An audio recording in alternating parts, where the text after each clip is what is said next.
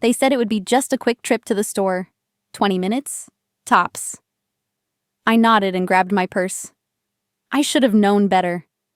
Thanksgiving morning at my in-laws' house was always a little too perfect. The napkins were folded just right, the silverware gleamed, and the air smelled like cinnamon and something tighter. Expectation, maybe. There was a script, and I didn't have a copy. I was always guessing at my lines. I brought in the sweet potato casserole, carefully placing it on the sideboard next to the roast turkey. His mother leaned over it, her eyes scanning the golden topping.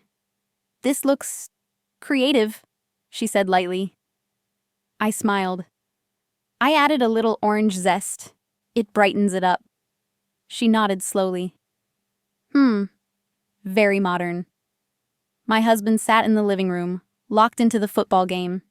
He didn't look up, didn't hear, or maybe he did and chose not to step in. That was his thing, peacekeeping by absence. I tried to help, truly. I offered to set the table.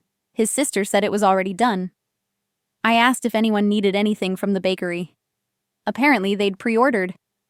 I wasn't family, not really. I was part of the decor, like the centerpiece. Polite, seasonal, unnecessary. So when his sister suggested running out for fresh cranberries, they'd forgotten the real ones. I volunteered without hesitation. "We'll be back in no time," she said, tugging on a stylish knit hat. "Mom's driving." His mother gave me that signature smile, the kind that landed just shy of warm, and picked up her keys. The drive out of town was quiet, the kind of quiet that didn't feel peaceful. His mother hummed along with a soft jazz station, and his sister scrolled through her phone, occasionally snapping filtered selfies. I asked if we were heading to the cute little market we passed on the way in. Neither of them answered. We pulled into a worn-out gas station about 15 minutes from town. His sister stayed in the car, still glued to her phone. His mother turned to me in her seat. "Would you mind grabbing the cranberries? They're probably near the front," she said. I nodded, unbuckled, and stepped into the cold. Inside, the shop smelled like burned coffee and damp cardboard. The overhead lights flickered, and there were no cranberries. Not fresh, not canned, not even the weird jelly kind. I circled twice just to be sure, then stepped back outside. The car was gone. I blinked against the wind. Looked both ways. No joke, no honking horn around the corner. Just snow falling in thin sheets and a road that stretched out in both directions. Empty.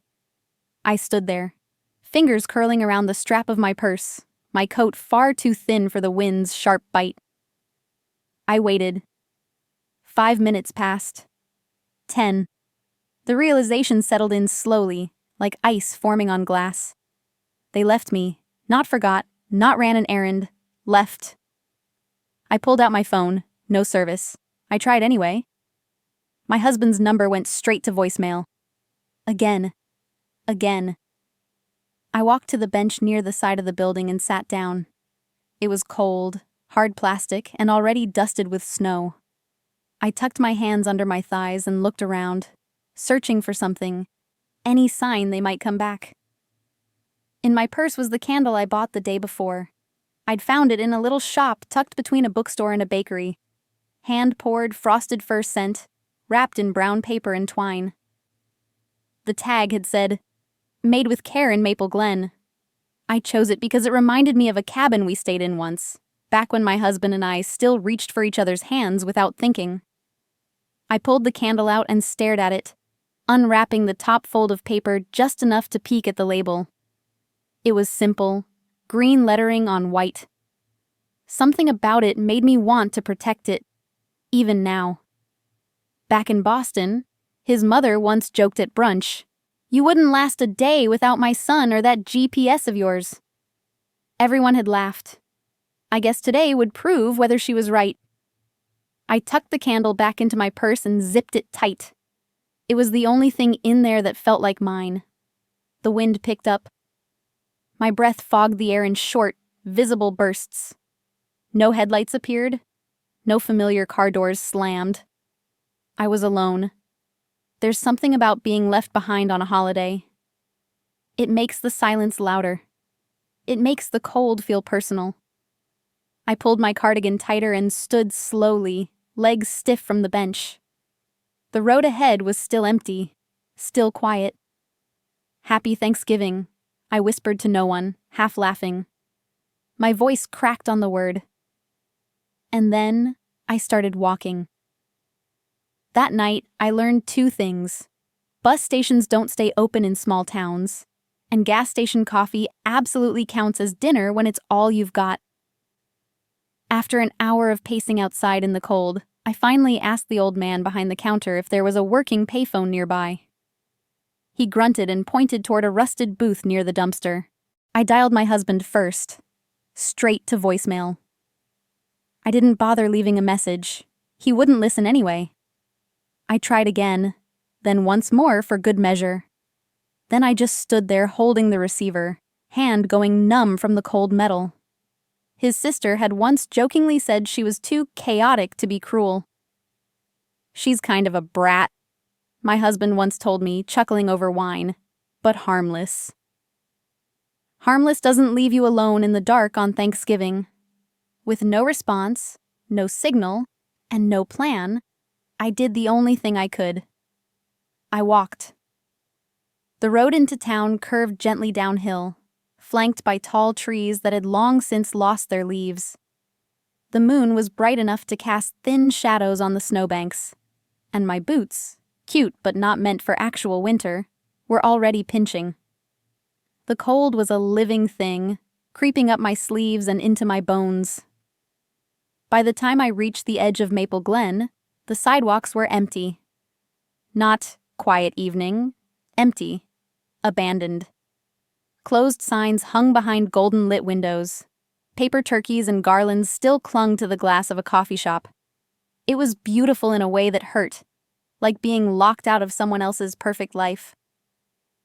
I found the bus depot near the post office, a squat brick building with a row of dark windows and a sign taped to the door.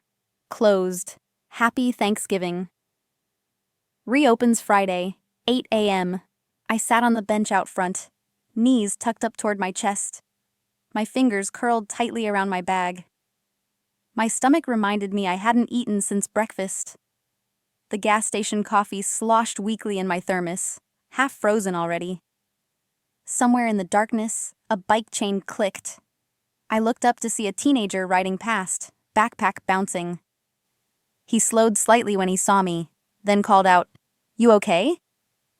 I nodded, not trusting my voice. He pointed back the way he came. "Bakery's around the corner. They'll be up early. You could wait there instead." Then he was gone, wheels crunching snow behind him.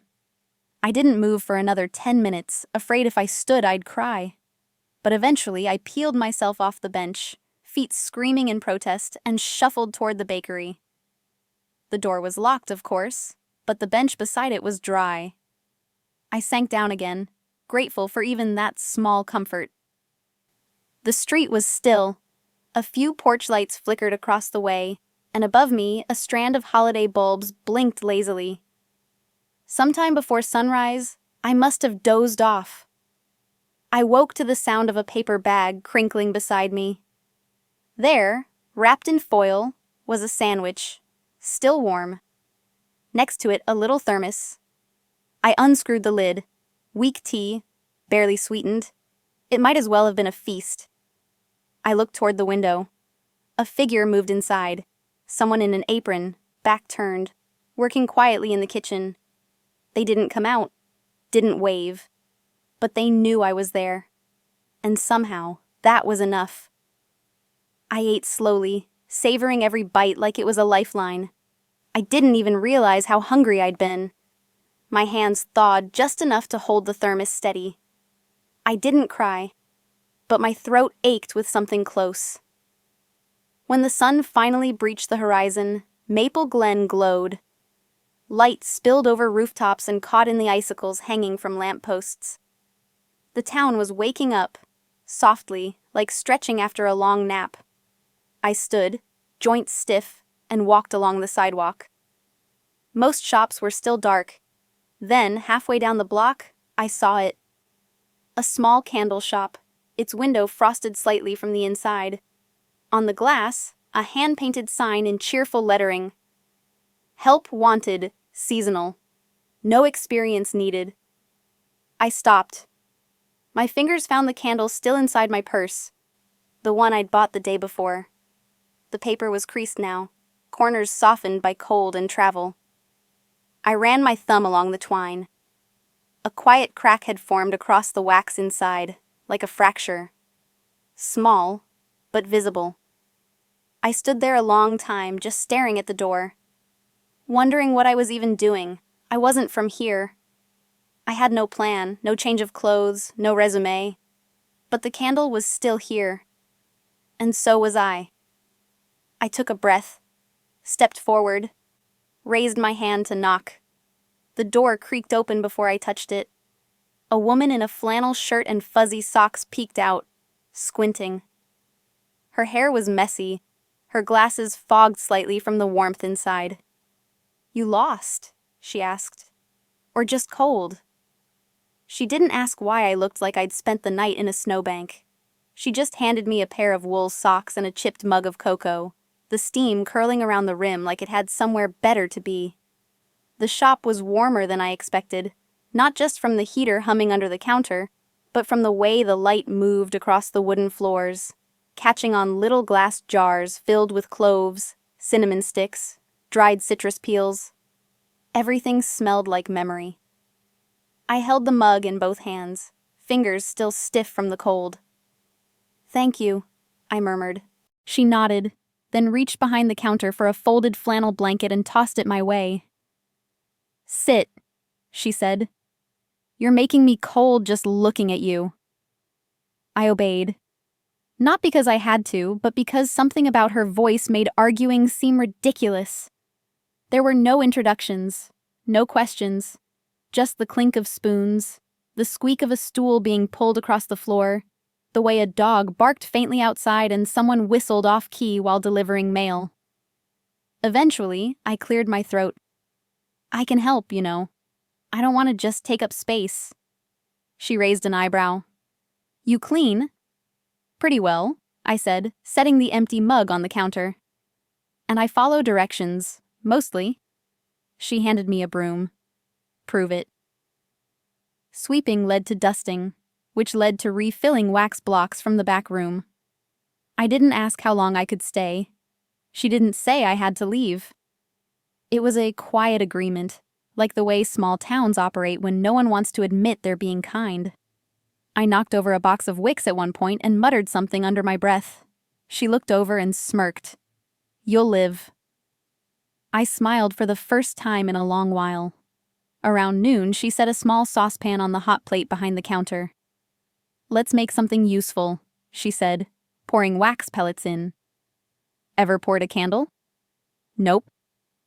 She showed me how to anchor the wick, how to keep it straight with 2 wooden sticks. I tried to mimic her movements but poured the wax too fast, and the wick sagged sideways. It looked like a sad spaghetti noodle. She just laughed. "It's a candle, not brain surgery. Try again later." There was a part of me that expected her to ask what I was doing in town, why I'd shown up looking like a stray cat. But she didn't. Not really. She let me work, let me mess up, let me sit with my own silence. "Thanksgiving got complicated," I offered once, wiping wax from the side of a tin. She didn't nod, didn't ask for more, just handed me another wick. By late afternoon, she led me to a small staircase tucked behind the stockroom. "Attic's empty," she said. "It's not fancy, but it's warm. You can stay through the weekend." I followed her up creaky stairs into a room with sloped ceilings, faded quilts, and an old iron bed. A string of fairy lights ran along the edge of the window. It smelled like cedar and something floral. Lavender, maybe. "I don't have much," I said, placing my purse and coat at the foot of the bed. "Good," she replied. "Less to trip over." She left me to settle in. I sat on the edge of the bed and opened my bag. The candle was still there, wrapped in its soft, fraying paper. The cold had cracked its wax slightly, just a hairline fracture down the center. Like something had shifted but not broken. Downstairs, I heard the kettle whistle again. The shop door opened and closed, a soft bell marking someone's entrance. Then, her voice, "You're up next. Batch is ready. Try again." She didn't say it with judgment. It wasn't a test. Just an open door. That night, I lay in the attic, wrapped in layers of borrowed warmth, watching the little candle I'd poured myself flicker on the nightstand. It leaned slightly to the left. The surface wasn't smooth. The scent was too strong. But it burned. And for the first time in days, I fell asleep to something that felt like peace.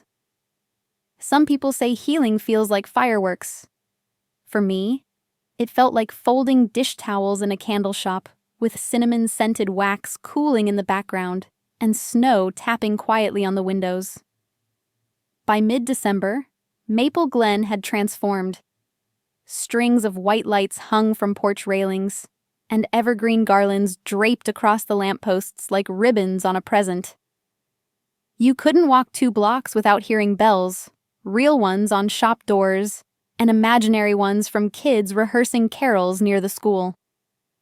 Inside the shop, the warmth wasn't just from the space heater or the beeswax melting on the back table. It came from rhythm. From knowing where the mugs were, which drawer held the wicks, and how long to stir before pouring. I wasn't just surviving anymore. I was part of something, small, but steady. "You don't need to rebuild all at once," the woman upstairs once told me. "Start with a shelf. Or a wick." So I started with labels. One afternoon, while reorganizing the packaging drawer, I found a stack of generic stickers, white ovals with cursive writing that didn't quite fit the candles we made. They were fine, but not us. I hesitated before opening my laptop, unsure if it would even turn on after so long buried in my purse.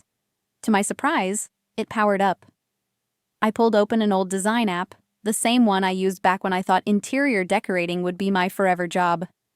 In a few hours, I had something simple. Earth tones, serif font, a thin pine branch under the name. It wasn't flashy. It was quiet. Solid. When I showed it to her, she didn't say much, just nodded and said, "Let's print a few." The next week, I started seeing my design on shelves. And soon after that, something unexpected happened. People started recognizing me. At first, it was small. A wave from the librarian as she passed the window. A "hey there" from the post office clerk. Then, one snowy Thursday, a middle school teacher stopped by the shop for a gift and stayed a while. We talked about candle scents, about holiday music, about Vermont winters. He had kind eyes and no expectations. That weekend, we set up a booth at the town's holiday market. I helped arrange everything: warm-toned candles in rows, baskets of handmade soaps, bundles of cinnamon sticks tied with twine. I wore borrowed boots and a scarf someone had left in the lost and found box. The scarf was too big, but it made me feel like I belonged. I noticed people picking up the candles with my labels. They didn't know I'd made them. That was okay. It was enough to see someone choose them, smell them, smile, buy them. Back at the shop, I tackled the storage room next. Dusty boxes, forgotten bins, and shelves full of half-used supplies. I didn't mind. There was something therapeutic about sorting, about making order where there hadn't been any. One box near the back caught my attention. It was heavier than the others, filled with old sketchbooks and art supplies. Inside, I found charcoal drawings, portraits, still lifes, even a few moody abstracts. I flipped through slowly, then carried the box out front. "These yours?" I asked. She looked up from the wax she was pouring and squinted at the top sketchpad. "Yeah, from a different life. They're beautiful." She shrugged. "They were a way through. Divorce does that. Makes you find new exits." We sat quietly for a while. The only sounds the soft crackling from a nearby candle and the low hum of the space heater. Then she added, "You don't need a rescue. Just roots." I didn't answer, but her words stuck. I thought about how I'd spent years waiting for someone else to tell me where I belonged. Maybe I didn't need permission anymore. Later that week, while restocking the shelf near the register, I overheard a woman picking up a jar of cedarwood and vanilla. "This is beautiful," she said to the woman behind the counter. "Who made it?" There was a pause. "She did," she replied, nodding toward me without missing a beat. I didn't know what to say. I just smiled and tried not to drop the box in my hands. That night, after dinner, I opened my laptop again. I sketched out a small logo in the corner of a blank document. OB, hand-poured in Maple Glen. I didn't show it to anyone. I didn't even print it. I just saved the file, closed the lid, and let myself sit in the stillness for a moment longer. Because it wasn't about claiming space yet. Not fully. It was about knowing it was mine to claim when I was ready. The first package was small. Brown paper, my name in familiar handwriting, no return address. Inside, a scarf. My scarf, the one I'd left in the coat closet last winter. Soft gray wool, just slightly unraveling at one corner. Tucked beneath it, a note. 4 words, "Still thinking of you." Back then, I would have melted. Back then, I would have run my fingers over the handwriting, held the scarf to my chest, maybe even wept. Now my hands itched. I stared at the note for a long time before folding it in half and placing it, unopened, in the drawer beneath the cash register. The scarf I left on the counter, unsure what to do with it. Outside, the snow had picked up again. Maple Glen was preparing for Christmas. Pine garlands wound through the railing outside the shop, and little paper stars lined the windows. Inside, candlelight softened the corners of every room, but inside me, something sharp had returned. That evening, while restocking glass jars in the back, I checked my email for the first time in weeks. The inbox was clogged. Promos, shipping updates, a reminder about a subscription I'd long canceled. But one subject line stood out. "We miss you. No name."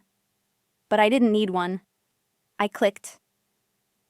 "You've made your point. Let's talk like adults. This isn't how people who love each other behave. Come home." No apology. No accountability. Just another attempt to reframe my absence as drama. The next day, a second email came. Then a third. "I told them you just needed space, but it's been long enough. We can't keep covering for you." My chest tightened. I hadn't said a word to anyone back in Boston. I hadn't asked for covering, or support, or explanation. Later that night, as I carried a new batch of rosemary mint candles to the shelf, I opened my phone and saw a post from his sister. Public, of course. Some people just can't handle real family. The comments were filled with supportive replies. I didn't have the energy to read them. And then came the letter. Typed. Formal. From his mother. "You owe us an explanation. This disappearing act has caused a great deal of pain. We deserve clarity. If not for us, then at least for the family name." I sat in the attic room that night, staring at the pile of messages. I told myself they didn't matter, that I'd moved on. But truthfully, my heart was pounding. Guilt is funny that way. It's like smoke. Even when the fire's out, it lingers in your lungs. I held the scarf in my lap. My thumb traced the stitching at the edge. The familiarity of it was disorienting, like stepping into an old coat and finding candy wrappers from a life that no longer fit. That's how he operated. He never yelled, never cursed, just used comfort like currency. I didn't hear her come in, but I felt her presence. She stood by the attic door, holding a folder. "You okay?" she asked softly. I nodded, then shook my head. "They want answers. They say I owe them." She didn't flinch, just walked over and placed the folder on the edge of the quilt. Closure, she said, isn't something they get to define. I opened the folder. Inside was a simple contract. A partnership agreement. Nothing elaborate. Just clean lines, black ink, and one line at the bottom that made my breath catch. Co-owner, if you want it. No strings, no deadline. Just a door left open. I didn't say anything. I couldn't. My throat had closed with the weight of it all. The emails, the scarf, the offer. I know it's a lot, she said. But if you want roots, this is one place to plant them. I ran my fingers over the page. The candles I'd poured that morning were still on the cooling rack. I thought about how far I'd come, how each wick I'd set had steadied something inside me. Before I could respond, the bell above the shop door jingled. Not just a tap, but a deliberate entrance. We both looked toward the front, and there he was, my husband, standing just inside the door, shaking snow from his sleeves, his eyes scanning the room until they landed on me. I didn't move. Not because I couldn't, but because, for the first time, I wasn't sure I had to. He brought the cold in with him. I stayed where it was warm. The door closed softly behind him, muffling the December wind. Snow clung to his coat, melted in droplets along the sleeves. He smiled the way he always did when he wanted something. A practiced curve. Just enough vulnerability to soften the edge. This place, he said, glancing around. It's impressive. I stood behind the counter, hands resting lightly on the wood, the hum of the candle warmer steady beneath my palms. I'm proud of you, he added. It landed flat. The shop was quiet. Holiday music played faintly from the back, instrumental carols, simple and slow. A few customers browsed in silence, their eyes flicking toward us, sensing the tension but wisely staying out of it. He took a few steps closer, stopping near a display of pine and clove tapers. Your mother-in-law's heartbroken, you know. She's been sick with worry. My sister, she feels terrible. I didn't respond. I get it, he went on. You needed space, a break, but it's been months. I reached under the counter and pulled out the folder. The same one that had been sitting there since the night he first emailed. I set it in front of him, open to the page with my name typed cleanly across the line that read, Co-owner, Wick, and Weather. This is my life now, I said. His brow tightened. You're really going to throw it all away? I let out a breath, slow and even. Number, I'm building something better. He looked down at the paper, then up at me again. We had a life too. We had a version of one, I said, but it was mostly yours. He shifted, bracing his hands on the edge of the counter. So that's it? You disappear, scare everyone, and now you light candles and play house with strangers? A part of me wanted to react, but I didn't. I stood still, calm, centered. His anger was a storm looking for something to shake. I wasn't that anymore. I reached for the second envelope and handed it to him. A quiet gesture, nothing dramatic. Divorce papers. His fingers hovered over them, hesitating. You don't have to do this. I already did, I replied. This is just the paperwork. For a long moment, neither of us moved. Then slowly, he closed the envelope, tucking it into the inside pocket of his coat. From the corner of my eye, I saw her watching, quiet, steady, present. Not intervening, just there, like a lighthouse on a foggy shore. I hope you find what you're looking for, I said softly. He nodded once, not in agreement, just acknowledgement. Then he turned. The bell above the door jingled as he stepped back into the cold. The air shifted behind him, a gust of winter swirling in before the door clicked shut. I stood in the stillness, surrounded by cedar and wax and soft light. After a moment, I walked to the display near the window and picked up a candle I hadn't burned yet. The first one I'd ever poured completely on my own. I'd labeled it Winter Cedar. Earthy, clean, a little sharp at the edges. I struck a match and lit it. The flame flickered, catching quickly. It smelled like strength, and silence, and snow. That night, after he left, I didn't feel triumphant, just quiet. Like I'd finally put down something heavy I'd been carrying for years without realizing. Sometimes, healing isn't loud. It's a single candle lit in a quiet room. It's choosing kindness over closure, roots over rescue, and peace over pride. We don't always get to rewrite the past, but we can choose how the next page begins. If this story spoke to you, I'd love to hear what it reminded you of. Maybe you've had a winter like mine, or maybe you're still waiting for yours to pass.